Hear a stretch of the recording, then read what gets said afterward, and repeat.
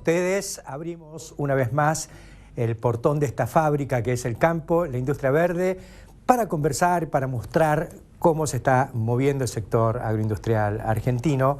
Hoy vamos a conversar con Hugo Visca, él es director de la empresa CENI, una de las principales, digamos, operadores del mercado de granos de la Argentina, acerca del último informe del Departamento de Agricultura de los Estados Unidos, que ha impactado fuertemente en los mercados, justo en el momento en el que arriba la cosecha argentina, la cosecha gruesa.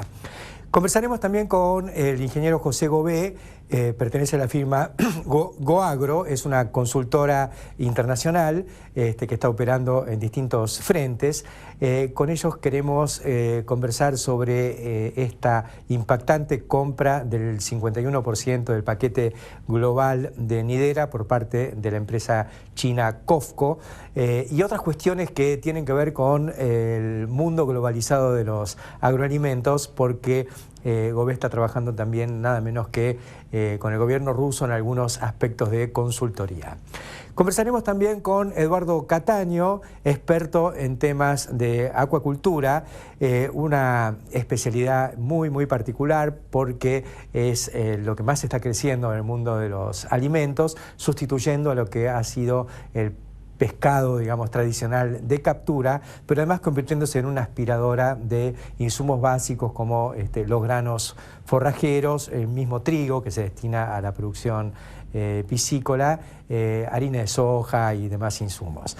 Y como siempre estará Jorge Castro con nosotros conversando sobre el impacto de la situación global del mercado agroalimentario en el sistema de producción argentino, en su macroeconomía y en la economía del mismo productor. Estos son entonces los temas y los invitados que vamos a compartir con todos ustedes en esta edición de El Campo en la Industria Verde. Ya volvemos.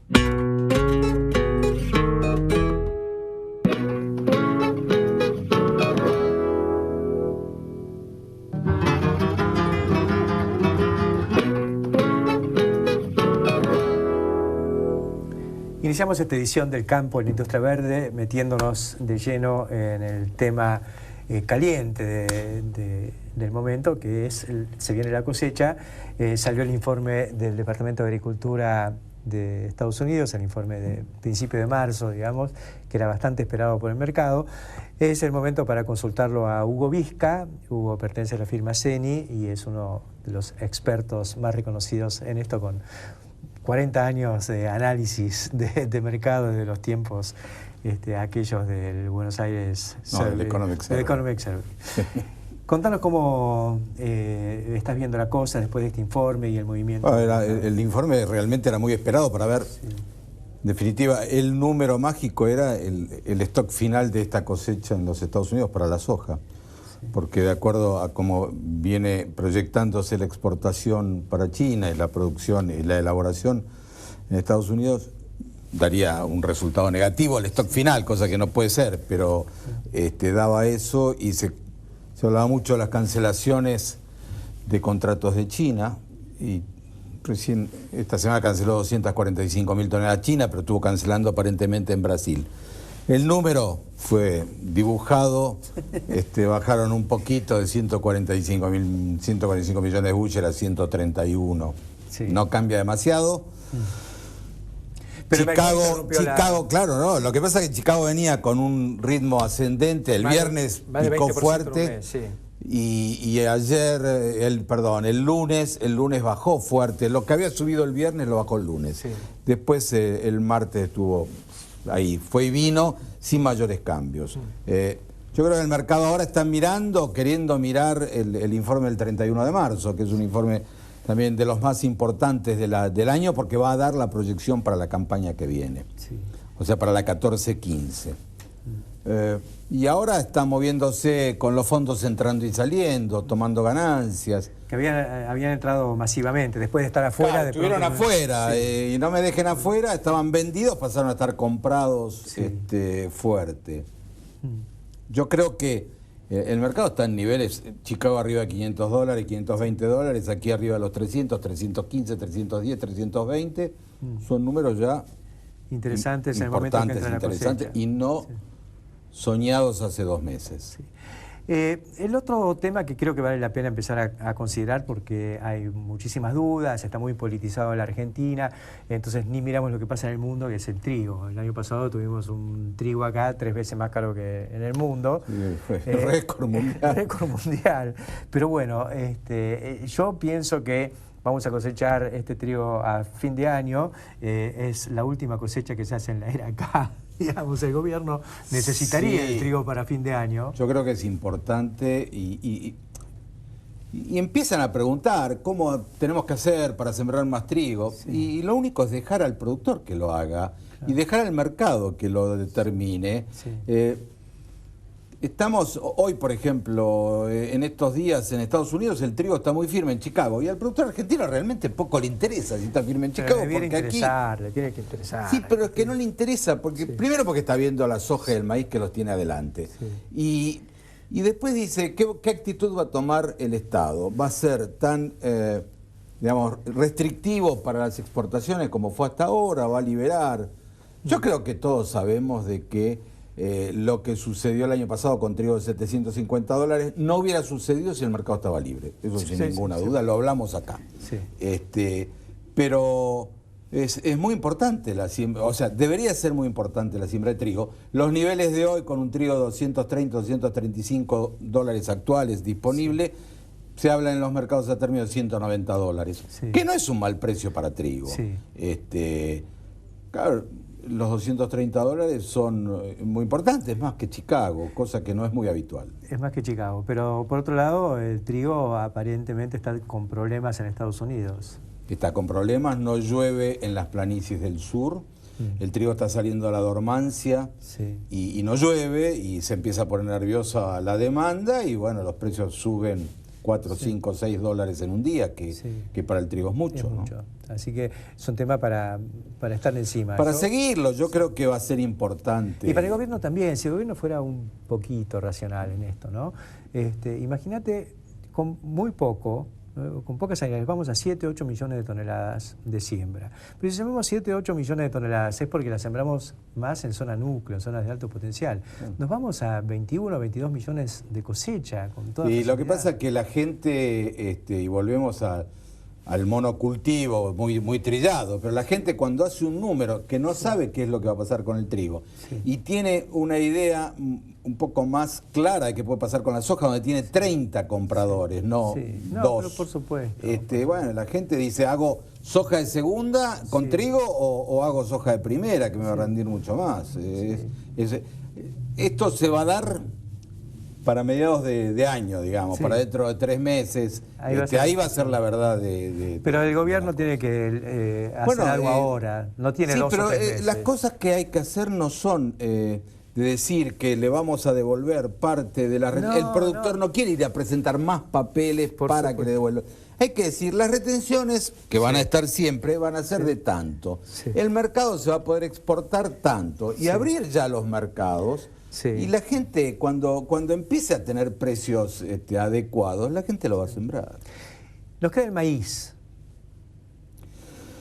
Maíz, las últimas estimaciones son de 23 millones de toneladas. Poco, 24. Magra cosecha. Magra cosecha, algunos de la cosecha pasada hablan de 28. O sea, estamos en 25, el gobierno, el secretario de Agricultura y la presidenta dijeron 32 en un momento para pasar los 100 millones. No, pero según la Bolsa Rosario de 28. La de Buenos Aires no. Pero, digamos, entre 25 y 28 millones y pasaríamos a 23, 24. Están cosechándose los primeros lotes acá en el oeste con muy buenos rendimientos. Rendimientos usuales de 10.000 kilos, superiores varios, pero lo normal 10.000 kilos, que es importante. Los valores acompañan. Pasa que ha cambiado la comercialización del maíz. El maíz antes era abril, la soja era mayo, el trigo era enero, el trigo era noviembre, diciembre. El maíz es abril, una partecita, y después es junio, julio. Claro. Hoy el junio, julio vale menos que el abril, cosa que Es medio insólito, digamos, porque estábamos acostumbrados que abriera el mes de la cosecha. No es el mes de la cosecha. El mes de la cosecha ahora es el junio-julio. Sí. Porque todos siembran tardíamente el maíz para pasar los calores de enero. Sí. Y porque tenemos los BT que aguantan más en pie. Acompañan mucho mejor. Sí. Pero, de todos modos, niveles de $165 por el maíz ya son también como para comenzar a negociar. Digamos que tenemos una campaña con no la producción esperada, en el caso del maíz, el fracaso del trigo, soja es razonable, y la sorpresa, porque todos pensábamos que se pinchaba, es que los precios se están manteniendo firmes. Llegamos a vender la semana pasada $380 la soja disponible. Sí. Un número. Un numerito. Claro que la disponible es para entrega hasta dentro de 3 días, no sí, una semana ni durante el mes de marzo. No, es súper urgente. ¿Por qué? Porque la fábrica quiere continuar el ritmo de elaboración, ¿no? Seguro. Gracias, Hugo, por ponernos un poquito al día con lo que pasa en los mercados, y te vamos a convocar para el 31, para después del vamos a ver qué dice Luzda para la próxima campaña. Gracias, Hugo, y nosotros enseguida continuamos aquí en el campo de la industria verde. En Bio4 tenemos un compromiso: generar empleo, capacitación y desarrollo tecnológico. Bio4, construimos un futuro con más energía.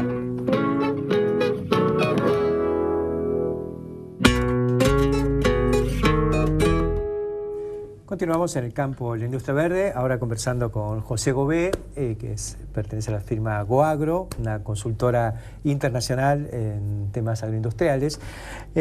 Y bueno, he leído un artículo tuyo muy interesante respecto a la compra del 51% de Nidera por parte de la China COFCO, y quería que nos refrescaras un poco tu pensamiento al respecto. Bueno, para empezar, me parece importante marcar el tema de que países como China, como ha pasado ya con Arabia Saudita, están cambiando el concepto de seguridad alimentaria, ¿no? Ahora está terminando el 18avo reunión del Comité Central, que es el que dicta un poco la política china, se habla de un Comité Central de los más importantes de los últimos 30 años, ¿no? Por algunos temas centrales como el dejarles tener el segundo hijo, pero para el tema que nos ocupa, que es el sector agroalimentario, hay un tema que ellos han definido claramente, que es el darse cuenta de alguna manera, o el reconocer que la seguridad alimentaria no va a ser posible bajo el concepto de producir todo en mi país, ¿no? Y en el caso de la soja lo vemos claramente con esa marcada barrera que yo hablo de la muralla china en el artículo de las 15 millones de toneladas que no pueden superar. Este año van a ser 12, pero ya vienen hace 7, 8 años. Y que las tienen que importar, y que en los 90 el USDA creían que iban a ser 10 millones de toneladas, después 20, después 30, y este año vamos a terminar con 73 millones de toneladas. De importación. De importación solamente. Para las 12 propias están en un consumo de 85. Exactamente. Y se está hablando en este comité justamente en el 2020 van a estar en 105, 110 millones de toneladas. De necesidad de soja. Claro. Yo recuerdo que estuve en el año 98 con Jorge Castro, y ahí tuvimos una comida con un pope de planificación, tipo joven. Se enojó muchísimo cuando le dijimos que que el mundo decía que iban a necesitar importar soja. Claro. Sí, pues en los mismos lugares tienen que producir el maíz, que también empieza a importar, tienen que producir la horticultura, que es una de las cosas que le han dado prioridad ahora en este comité: carnes, horticultura y alguna parte de fruticultura. Pero claramente dicen, esto lo vamos a tener que importar. Pasó con Arabia Saudita. Arabia Saudita en los 80, te acordás que es un programa enorme para ser autosuficiente en trigo. Sí. Querían llevar icebergs para producir. Bueno, llegaron a producir 4 millones de toneladas de trigo, ser casi autosuficiente, y a partir de 2006 un plan para dejar 12% por año en producción y reemplazarla por importación por el recurso del agua. Claro. Lo tienen que derivar a los seres humanos y no lo pueden seguir usándolo en el riego.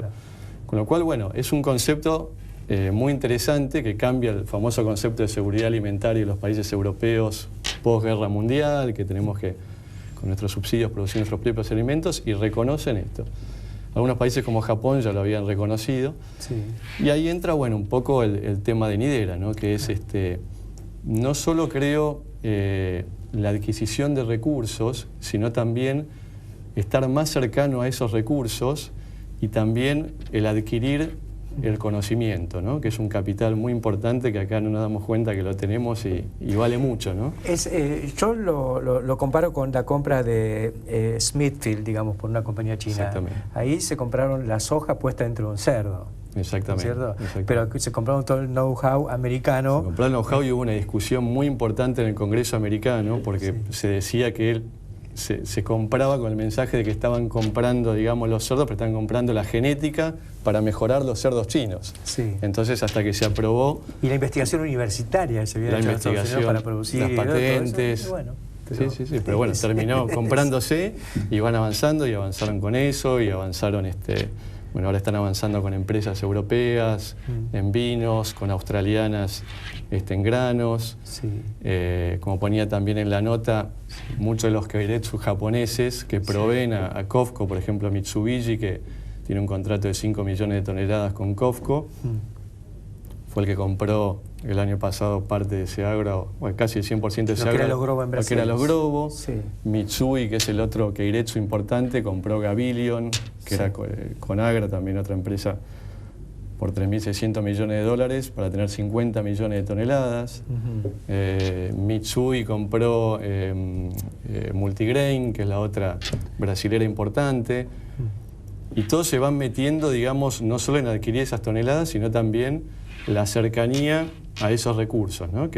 Y a la originación de esos recursos, porque en el caso de Nidera lo que están comprando es un caño de ida y vuelta, ¿no? Van insumos, viene producción, ¿no? Ahora, no nos damos cuenta del impacto que esto puede tener, ¿no? Porque de alguna manera son los que conocen la demanda, lo que quiere el consumidor, cómo va a evolucionar esa demanda. Nos ha pasado en otras industrias, ¿no? Como el vino, cuando vinieron a comprar las bodegas, los que tienen la demanda, franceses, italianos, etcétera, y lo lanzaron al mundo, ¿no? Y empezamos a exportar lo que estamos exportando hoy. Creo que todavía no conocemos el impacto que estas cosas van a tener, ¿no? Y creo que tampoco se van a resumir al tema granos, porque COFCO está en el mercado lácteo, está no, seguramente. Polvo es y demás, el segundo grupo lácteo más importante. Está necesitando genética, está importando vaquillonas preñadas de Uruguay. De Uruguay, con lo cual hay una necesidad muy importante, ¿no? Tanto de esa seguridad alimentaria como también del conocimiento, que es algo que acá tenemos y no nos damos cuenta, ¿no? Y vale mucho. Es interesante porque China toma conciencia de que no pueden producir todo lo que necesitan y todo lo que van a necesitar en el futuro, entonces van al resto del mundo, van a Sudáfrica, pero vienen a Sudamérica o América en general por lo de Smithfield en Estados Unidos. ¿Qué pasa en Europa Oriental, digamos, ese cuco, no sabemos bien, es una zona gris ahí, Ucrania, ahora en crisis por el tema Crimea, Rusia, con su potencial también ahogado? ¿Qué estás viendo por ahí? ¿Se puede hacer algo? Sí, hay cosas muy interesantes. Nosotros ahora estamos justamente en una búsqueda muy importante para un fondo ruso que se llama BTV, que es el segundo ruso en lo que es hectáreas de siembra, que en parte son fondos del gobierno ruso y en parte fondos de private equity. Acá está Jim Rogers, que era uno de los que invertía con Soros y es de los que más defiende y cree en el negocio de los alimentos. Bueno, y otros fondos más pequeños.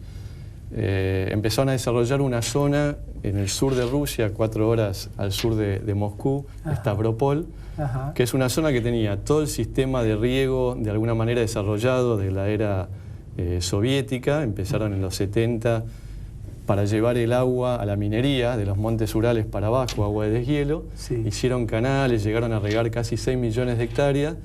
Terminó el comunismo y empezó a descender esa cantidad de riego por falta de mantenimiento, de financiación, desconocimiento. Hoy están regando 1 millón de hectáreas. Bueno, este grupo está desarrollando campos que ya tienen los canales hechos, invirtiendo en pivotes de las dos multinacionales más grandes y en tecnología. Pero es un caso, como te decía recién, que le falta el conocimiento. Entonces, por ejemplo, en el primer campo que compraron eran 2.500 hectáreas y las manejaban con 200, 220 personas. Olvídate de siembra directa, olvídate de...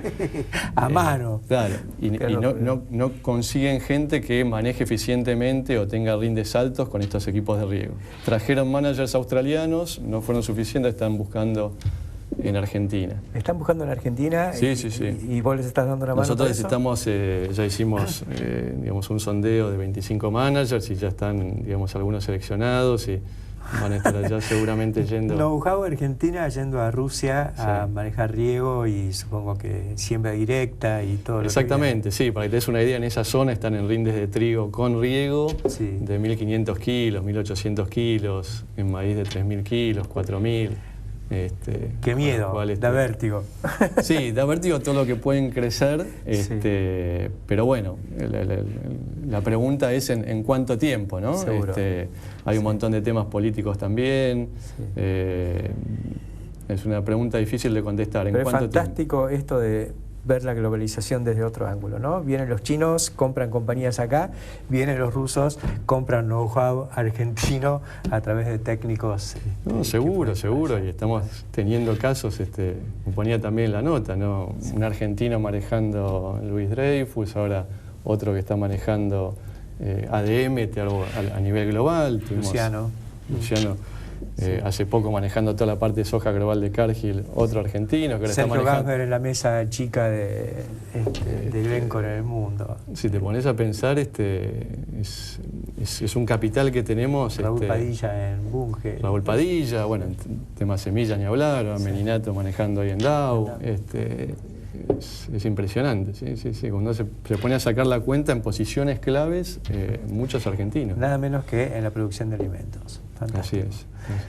Muchas gracias, José, por contarnos todo esto. La verdad que es muy aleccionador. Creo que vamos bien, a pesar de todo. Sí, como ponía al final de la nota, ¿no? Creo que si uno no hace las cosas, hay otros que van a presionar para que las hagamos, ¿no? Porque es así. Gracias por acompañarnos en esta edición del Campo de la Industria Verde y enseguida continuamos. Gracias. Continuamos en el campo de la industria verde, ahora con un tema muy demandado. La gente nos llama y pide más acuacultura. Y nuestro experto en el tema es Eduardo Cataña, que lleva ya unos cuantos programas con nosotros. No es la primera vez que viene, por suerte. Y cada vez que viene se produce un tumulto, porque la gente quiere aprender y quiere poner las manos en el agua y empezar a criar pescaditos. Eduardo, ¿qué pasa con la acuacultura en la Argentina y en el mundo? Bueno, puedo comentar, digamos, que tiene perspectivas, digamos, de crecimiento futuras gigantescos. La FAO ahora sacó un informe que habla de la acuicultura para el 2030 y se pronostica que el 62% del pescado del mundo va a ser ofrecido por acuicultura. Hoy, de todo el pescado que se come en el mundo, el 48%... Ya la mitad viene de acuacultura, pero vamos al 62%. 62. Sí. Aparentemente, para esa fecha, los mercados que más van a demandar es Asia, Europa, Norteamérica y India. Esos mercados, digamos, tenemos dos situaciones. Los mercados que podríamos llamar que van saliendo de la pobreza, como China, India, y los mercados sofisticados, Europa y Estados Unidos. ¿Prefieren el pescado de acuacultura o es porque es lo que hay? No, ellos tienen preferencia por el pescado de acuicultura. ¿Por qué? Porque se considera que es de mejor calidad que el capturado, no solamente por las condiciones en que llega el pescado, digamos, al público, sino por, uno conoce perfectamente el origen y evita, digamos, problemas que tienen que ver con el medio ambiente. En Europa y en Estados Unidos se etiqueta el pescado con distintos colores, rojo, amarillo y verde. Lo que es rojo es productos que son de captura.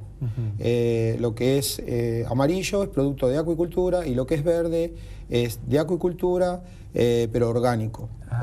Vale más y la gente tiene tendencia a comprarlo más caro. por seguridad alimentaria. ¿Y esos, digamos, los 3 colores están en todos los países? ¿También en China, en la India? ¿O China y India No, se preocupan allá tanto? en realidad se comercializa de otra manera. Sí. Por lo general se trabaja perdón, el pescado vivo, Sí. hay mercados, lo tienen vivo. Acá en Argentina yo quise hacerlo, la Dirección de Acuicultura apoyó la iniciativa, Sí. pero bueno, no tuvimos el respaldo de los municipios para que habiliten los comercios Ajá. que tengan acuarios con peces vivos para comercializar. Tuvimos esa dificultad. Eso es garantía de frescura. Sí. Por supuesto, si el pescado está vivo, es fresco. Claro. Lo que pasa es que nosotros tenemos una forma de ver las cosas diferente a cómo se ve, digamos, en Oriente, ¿no? ¿Cuáles son las especies, digamos, más plausibles para producir en la Argentina? Pensando en mercado interno, eventualmente en exportación. Depende del tipo de acuicultura que se ejerza. Si se trabaja con acuicultura tradicional, bueno, vamos a encontrar que mucha oferta no podemos hacer. ¿Qué es la tradicional? La tradicional son cultivos al aire libre, son cultivos, por ejemplo, en Bariloche vamos a cultivar truchas porque el clima se presta para el cultivo de trucha. En el norte de nuestro país vamos a cultivar, como es clima más caliente, pacú o dorado o surubí. Pero acá en Buenos Aires tenemos una dificultad, el pejerrey crece lento, por lo tanto, pese a que es de esta zona, no es rentable, no crece más de 250 gramos al año, perdón, en 2 años, Sí. Lo cual hace que sea un negocio a largo plazo, pero con acuicultura controlada, que es lo que nosotros desarrollamos en San Vicente, conseguimos generar condiciones en el agua de cultivo que permite cultivar cualquier especie del mundo mientras se conozca su biología. Ajá. Y ya en esa situación lo más rentable es cultivar especies exóticas, porque de esa manera uno establece un valor en el mercado que deje rentabilidad y no compite con el mercado tradicional, donde ya está hecho, por ejemplo, en el caso de la trucha, donde ya se cultiva o se comercializa faenada, Sí. tipo mariposa, donde ya hay un precio establecido. El cultivo de una especie exótica ¿Qué permite... sería una especie exótica, por ejemplo, de las que vos tenés experiencia? Y nosotros lo que estamos cultivando es tilapia, eso es, si bien tenemos también algunos pejerreyes, aunque no son rentables, también tenemos trucha, que sí es rentable, pero que hay que competir. Claro. La tilapia ofrece una ventaja, que es un mercado que estamos haciendo nosotros. El animal crece con un alimento de menos costo que el que hay en el mercado para truchas. Y bueno, permite tener una rentabilidad un poco mejorada sobre otros productos de acuicultura. Ajá. ¿Cuál es la base del alimento? En realidad depende del productor. En mi caso personal, yo quiero que mis productos tengan omega 3. O sea, yo he comprobado con mi propia persona que consumiendo omega 3 mejora el funcionamiento de mi corazón, mis arterias, no tengo problemas con el colesterol. Aparentemente nuestro cerebro, a pasar los 50 años, empieza a contraerse, empieza por el paso del tiempo a deteriorarse, y el omega 3... ¿Qué mala noticia me estás dando? Bueno, tendré que probar omega 3. Claro. Bueno, justamente lo que quiero decir es que el pescado, el pescado de mar sobre el pescado de río tiene la ventaja de que contiene omega 3 el de mar. Sí. Pero en un criadero uno puede suministrar el omega 3, porque el omega 3 no lo genera el pez, sino que se aporta en el alimento. Entonces yo puedo cultivar un pez de río, donde en la fórmula del alimento le agrego el omega 3, que es el aceite de pescado, y con eso consigo que mi producto, aunque sea de río, tenga omega 3 y produce el mismo efecto que un pescado de aguas profundas y frías. Entonces la fórmula se hace en base a, por ejemplo, en el caso de los peces, lo ideal es alimentarlos con una proteína que sea de pescado. ¿Por qué? Porque tiene mayor digestibilidad y porque tiene la cadena de aminoácidos completa, los 10 aminoácidos esenciales que el pez necesita para crecer. Por otro lado, utilizamos trigo, utilizamos maíz. Hoy hay una discusión sobre ese tema porque son granos que consume el ser humano y se pueden llegar a reemplazar por otros nutrientes que no consuma el ser humano. Pero yo todavía no llegué a esa situación, o sea, a punto de llegar, pero hoy todavía suministro un balanceado hecho justamente con omega 3, con harina de pescado, trigo, maíz y arroz. Eso es básicamente, más un núcleo que complementa y vitaminas que complementan la fórmula completa. Esa es la base de la alimentación de la tilapia, por ejemplo. En realidad es la base de la alimentación de todos los peces. De todos los peces. De todo lo que cultivamos. Lo que pasa es que se modifica la fórmula. Si ¿No es harina de soja también? Se puede usar harina de soja, pero la harina de soja le faltan 2 aminoácidos, porque el tejido muscular de los peces, que es lo que yo vendo, la carne, para poder formarse necesita estos 10 aminoácidos. Si faltan 2, los tengo que completar digamos, con aminoácidos que agrego a la fórmula y no tienen el mismo rendimiento que los aminoácidos naturales que vienen dentro de la proteína de la harina de pescado. Está bien.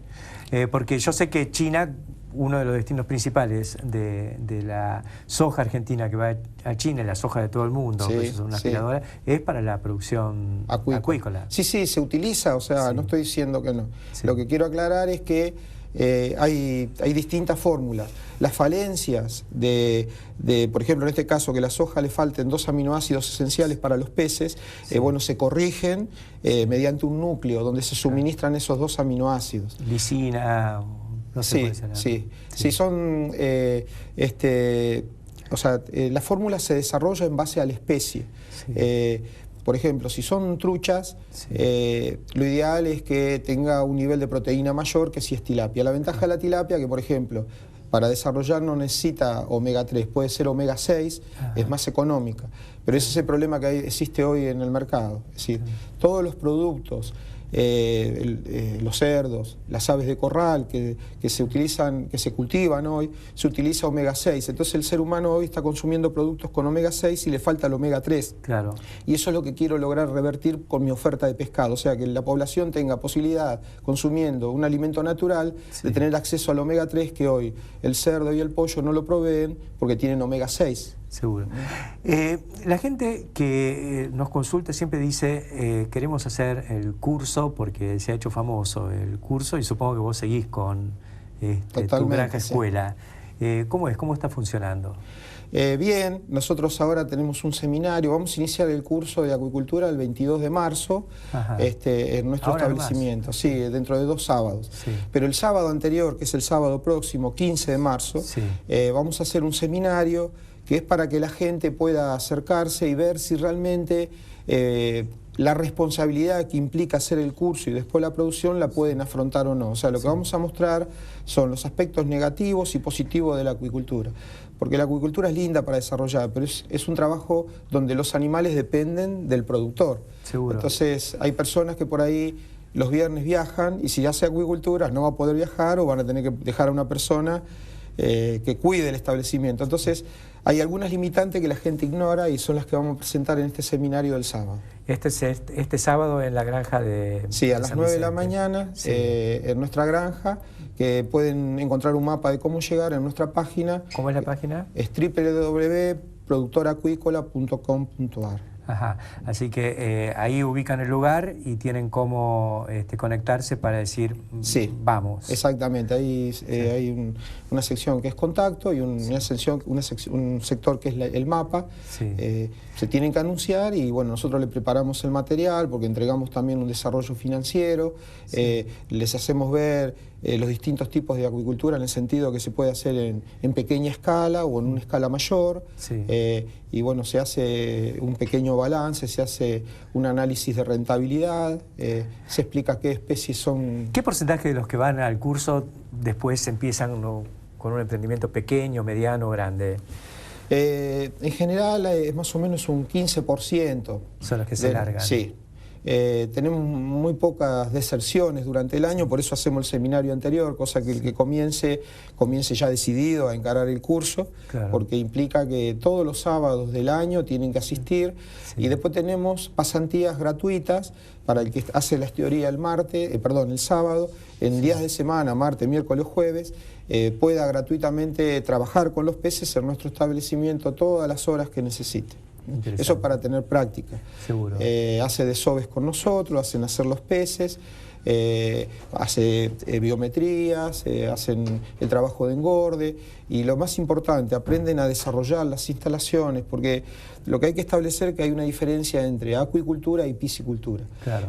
Acuicultura es el arte de manejar los parámetros físico-químicos del agua para que la piscicultura, los peces o otros organismos acuáticos crezcan rápidamente en un ciclo corto y rentable.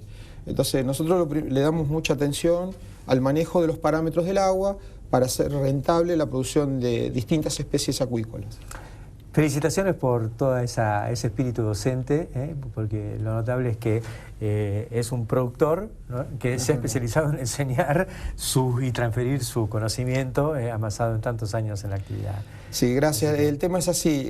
Yo crecí en conocimiento en la medida que tuve alumnos y me presentan los problemas que yo vivo desde otra perspectiva. Sí. Entonces, parece mentira, pero educando se crece y es lo que hemos logrado en San Vicente. Felicitaciones. Muchas gracias, muy amable. Enseguida continuamos. Continuamos en el campo de la industria verde, ahora en el espacio que compartimos con Jorge Castro. Y Jorge, bueno, venimos conversando de este asunto fenomenal que es la revolución de las pampas, ¿no?, con todo lo que ha sido la impronta tecnológica, el crecimiento de la producción, que luego se estanca.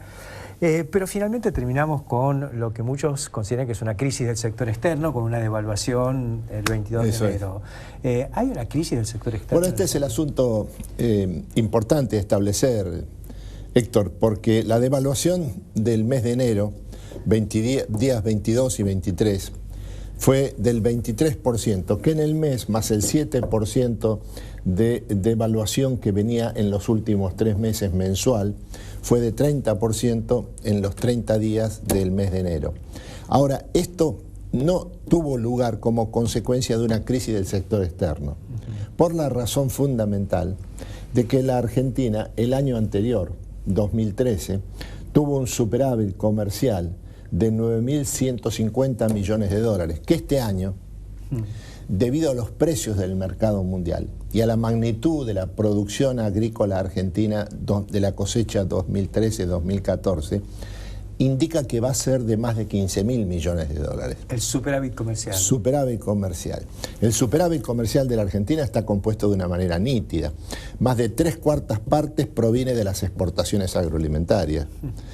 Ahora, lo que sucede en términos de la inserción internacional de la Argentina, esto es, del sector externo de la Argentina, es que la Argentina tiene un producto extremadamente valioso, que crece, cuya demanda crece en el mundo cada vez más, que es la producción agroalimentaria. Sí, sí, sí.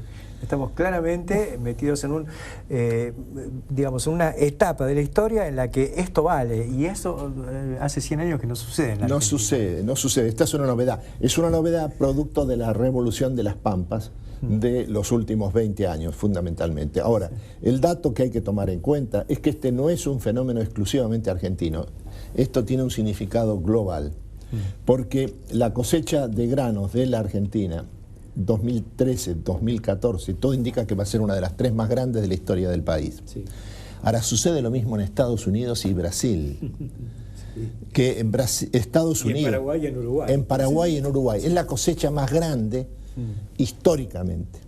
Al mismo tiempo, los precios de los granos, soja y maíz, se encuentran también a niveles récords. A pesar de que las cosechas han crecido. ¿Cómo puede ser que se produzca esta situación paradójica de que la cosecha es súper abundante y al mismo tiempo los precios, en vez de caer, aumentan?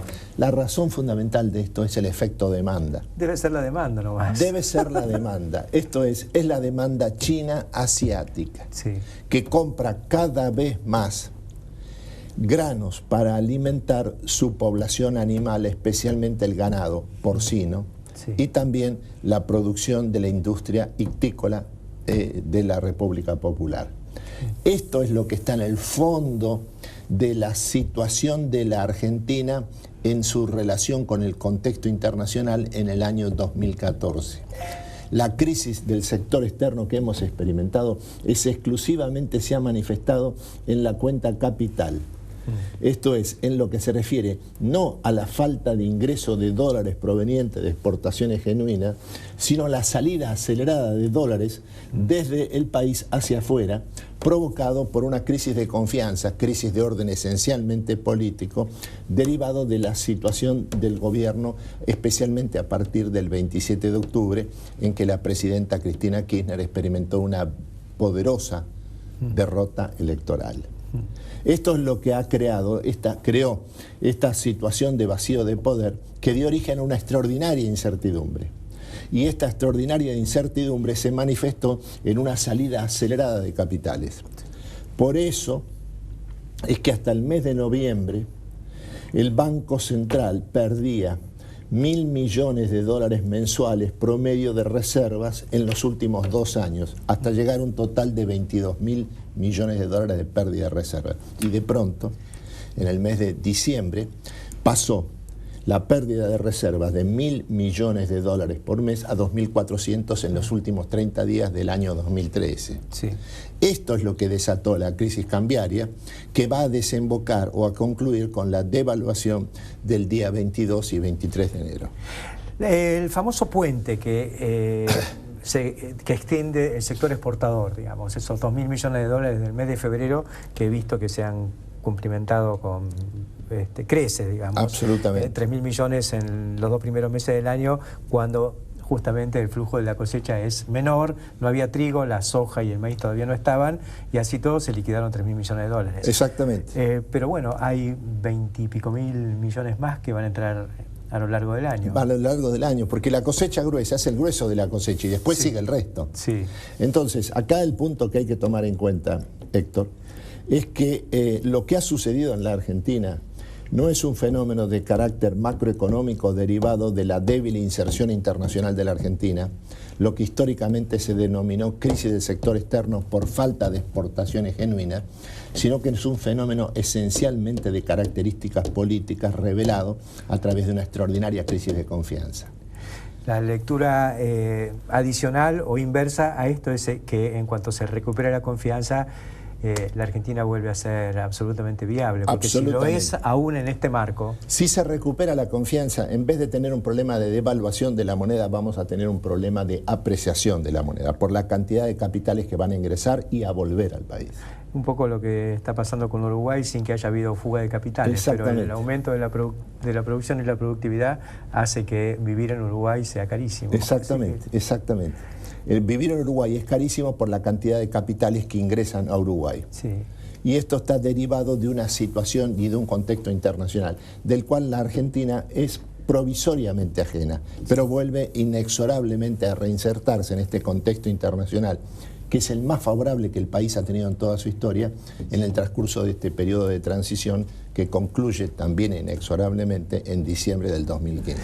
Basta esperar, digamos, o la expectativa puesta en lo que va a ser quien sigue a este ciclo. El temor es si la actual oposición o el mismo oficialismo van a poder cambiar esta estrategia. El problema es que parece que a partir de noviembre, como consecuencia de la derrota electoral experimentada por la presidenta Cristina Kirchner, ya se ha producido un giro. Sí.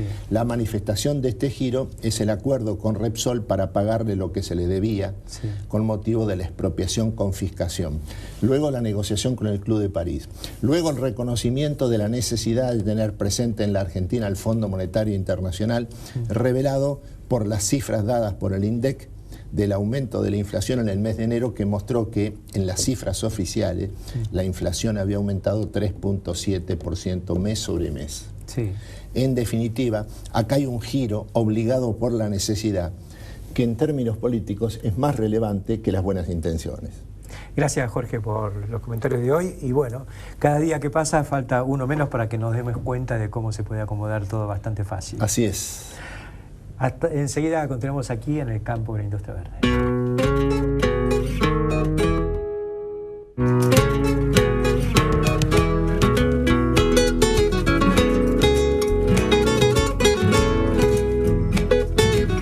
reflexión de cierre de esta edición del Campo en la Industria Verde quería retomar lo que recién nos planteaba Jorge Castro y llevarlo a un terreno concreto, pragmático, para lo que viene.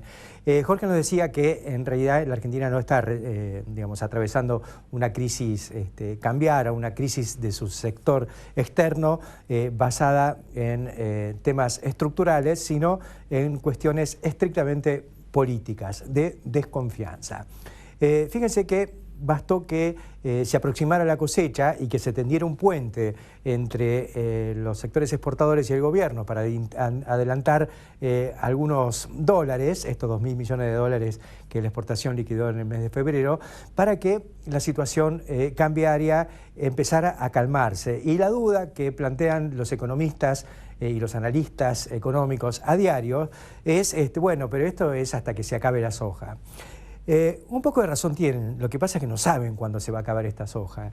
Y nosotros, que no tenemos la vaca atada, por ahí tenemos un poquito más de idea de lo que está pasando. Con estos niveles digamos, de precios en el orden de los 500 dólares por tonelada, que van a ir bajando a lo largo del año, pero que los podemos tomar en el marco de un horizonte de 450 a 500 dólares, y con una cosecha de 50 millones de toneladas, indican que por los próximos 5, 6, 7 meses vamos a tener un flujo de divisas bastante interesante. La preocupación es lo que pasa después, pero yo creo que si el gobierno se pone a pensar un poquito erradicando ciertos prejuicios ideológicos y ciertas tareas que no se permite generar por una cuestión de que el mercado o la sociedad los podría ver como una derrota política, podríamos tender un puente muy interesante hasta la próxima cosecha gruesa.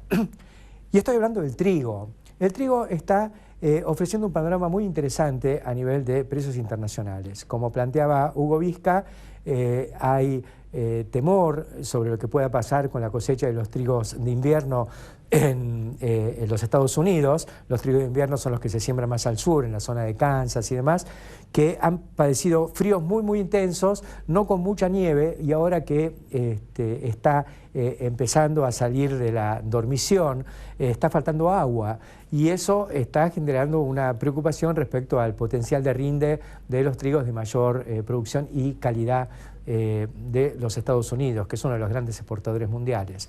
Y el resto del mundo no está demasiado bien con esto. El hemisferio sur tiene a la Argentina y a Australia como grandes oferentes, y no hay más. Y Australia es errático. En consecuencia, podemos pensar que se presenta nuevamente un panorama muy interesante para este cultivo, que por otro lado lo estamos necesitando en la rotación.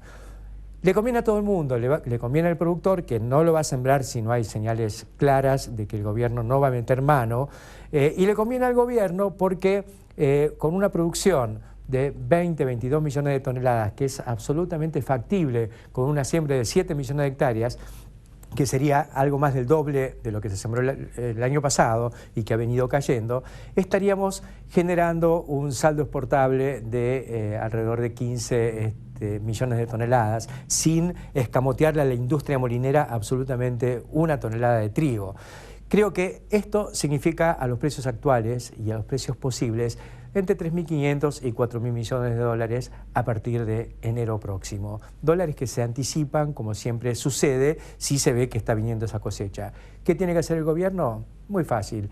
Liberar y facilitar el acceso a la tecnología a través de medidas muy concretas que puede tomar el Poder Ejecutivo sin necesidad de pasar por el Congreso y meterse con la cuestión del IVA, de los fertilizantes y demás. Tiene que liberar y permitir el libre flujo y establecer mecanismos de financiamiento blandos para la tecnología, fundamentalmente el tema fertilización, porque la producción de trigo depende de una amplia superficie sembrada y altos niveles de fertilización. Hasta la semana que viene.